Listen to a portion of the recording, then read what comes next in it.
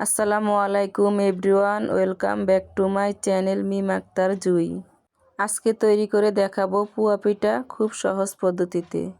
এই জন্য প্রথমে একটা বাটিতে নিয়ে নিব 2 কাপ চালের গুঁড়া, হাফ কাপেরও কম আটা, দিয়ে দিব 3 টেবিল চামচ গুঁড়া দুধ, হাফ কাপ চিনি, স্বাদ মতো লবণ। এবারে শুকনো উপকরণগুলো হাত দিয়ে একবার মিশিয়ে নিব। এবারে অল্প অল্প করে কুসুম গরম পানি দিয়ে একটা ব্যাটার তৈরি করব। এইভাবে হাত দিয়ে ভালো করে ফেটিয়ে নেবেন। কাইটা যত ভালোভাবে ফেটাবেন পিঠাগুলো ততটা পারফেক্ট হবে। কাইটা হয়ে গেছে, দেখতে ঠিক এরকম হবে, খুব বেশি পাতলাও না আবার খুব বেশি ঘনও না। এখন পিঠাগুলো ভেজে নিব। এই জন্য চুলায় কড়াই বসিয়ে আগে থেকে তেলটা গরম করে নিয়েছি। এখন একে একে পিঠাগুলো ভেজে নিব। যেহেতু তেলের পিঠা অবশ্যই ডুবো তেলে ভাজতে হবে।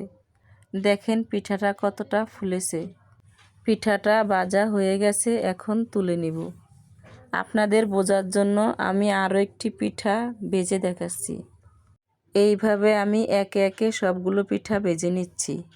পিঠাগুলো ভাজা হয়ে গেছে, দেখুন কতটা ফুলকো এবং সুন্দর হয়েছে, মাশাআল্লাহ।